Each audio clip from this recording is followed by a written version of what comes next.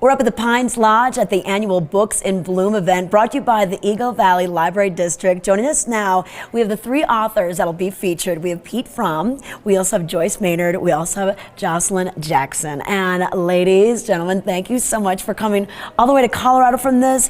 You hail out of Atlanta, yes. Right?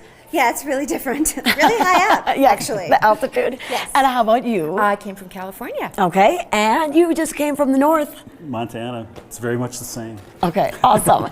Now this is a great event that we have so many people outside that can't wait to get into the room I here. hear them shaking the door. I know. They've been trying to get in, but then it's so wonderful to have an event like this in our valley and have authors like you coming in. Why are these type of events important? I grew up in libraries, so anytime a library asks me to do anything, my answer is always yes. Mm-hmm. It's also fun to have a chance to connect to readers. I mean, I write in a room by myself, and to meet with a reader who's read my stuff.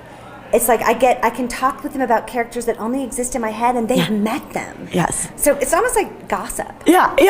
This is when we get to dress up and go out into the world. It's very exciting. We don't do it too often. And yeah, I completely echo what Joshilyn says. It's when I write, I think about the people that I meet on the road, and I have a picture in my head of who's waiting for my stories. Yeah, basically who the clients are. How about you?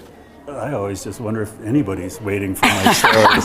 So it's great to see that there's a few. And exactly what they've already said.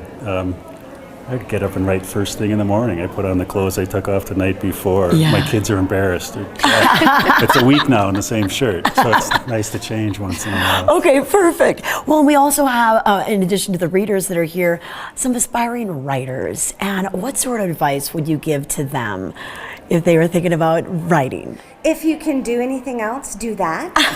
If you can't, you're probably a writer. Okay. Yeah. And of course, the place to start is reading. Yeah. Reading and reading good writing. Yeah.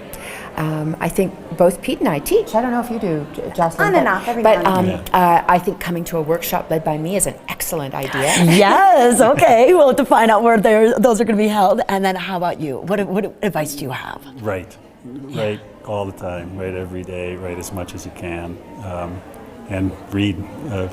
If you read and you write, and you can't not do it. I also think you need a pair of fantasy pants, which are like enormous pants that don't touch you when you put them on to write in. And they should be so big that you could get in them with me and it wouldn't be socially uncomfortable. They're comfort clothing. I'm going to say something else too. You've got to be a curious person. Okay. Yeah, I'm a hugely curious person. You listen into conversations, you're nosy, you ask the embarrassing question. It actually, my personality is perfectly fitted to this. Okay. Well, you two have been on the New York Times bestseller list several times. You've been a 5-time winner of the Pacific Northwest Booksellers Literary Award for your novels. They all have books that just came out in 2016. You've got The Name of the Stars. You have The Opposite of Everyone and Under the Influence for you. So, and we have these at our local libraries. You can find them in Avon, Gypsum and Eagle, and of course at the Bookworm.